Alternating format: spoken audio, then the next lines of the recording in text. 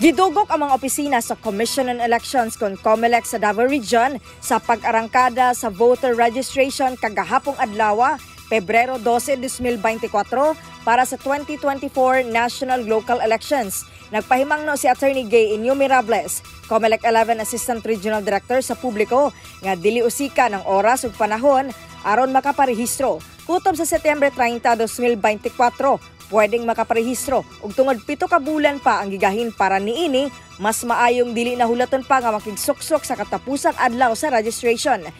Basin magsalig sila September pa mahuman ang registration. So as early as now, magbisita na sila sa COMELEC. Anyway, ang atong pisina Abre, Lunes, hangtod Sabado, mag-cater na siya og registration from 8 a.m. until 5 p.m. and even holidays. Naga-open mi sa mga opisina na agad mi trabaho holiday para mag-accept sa ilahang mga application for registration, transfer, etc. Sigo ni ini, pwedeng magpa-reactivate, transfer, magpa-correct sa wrong entries ug magpa-validate. Para sa mga estudyante, pwede isang gamito ng ilahang mga school identification cards, samtang sa mga regular voters, magpakita lamang og government ID. Abli ang opisina sa COMELEC gikan Lunes hangtod Sabado ug pati sa mga holidays. Kasama mo sa balita ug serbisyo publiko.